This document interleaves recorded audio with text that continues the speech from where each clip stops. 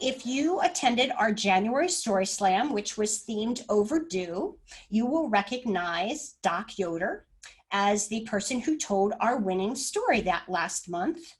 And he told us a story about a teacher with whom he had an interesting relationship. He was very much in love with her, but things did not go the way he planned.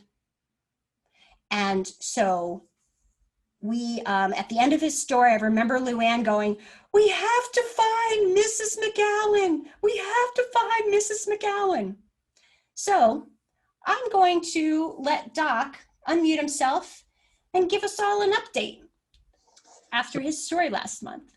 So five days later, I'm sitting on the couch and I get a message through Facebook from my friend Marcus Miller, who still lives in Iowa. And he was one of my fourth grade classmates, who said, "I think maybe I found her." And I'm like, "What?" Because I had been going on the white pages. I did not know Mrs. McGowan's first name. And I'd spent a couple hours over the years looking for her. And he said, "Yeah, I spent about an hour." And he sent me a picture. Well, he sent me a link to a newspaper in Florida, Naples, Florida, a picture from 2017 about a spice and tea exchange shop. And there's a picture of Kathleen McGowan. And we're looking at this and saying, is that Mrs. McGowan? Because he got her name from the Kelowna News. We could look up and see how much money she made back there in the 1960s.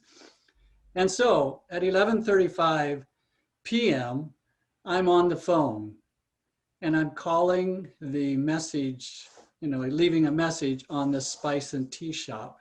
And I'm not sure that my message was all that coherent. I'm stumbling around being this shy little fourth grade boy all over again. This is Kathleen McGowan, who taught in Kelowna, Iowa in fourth grade in 1967 and 68, and starting over and making sure I leave my number, I think 3 times so she could get back to me. Anyway, her daughter got back to me the next day, said, "You have the right Mrs. McGowan. She owns the shop. Her daughter manages the shop." And so we got to text back and forth numerous times. And on Sunday, I got to talk to her, a long phone call.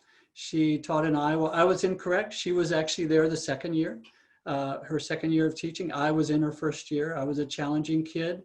Fortunately, she does not remember that note, and I'm very grateful for that because I've carried it all these years, and I'm glad she didn't have to.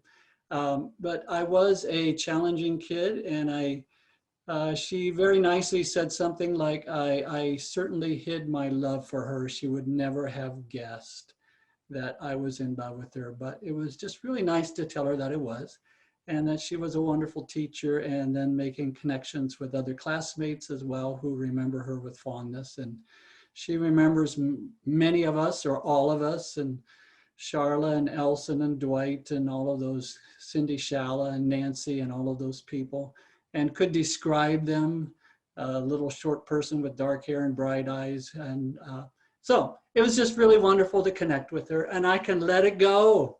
I can let that awful, terrible note go all these years later. So it's about time, but thank you.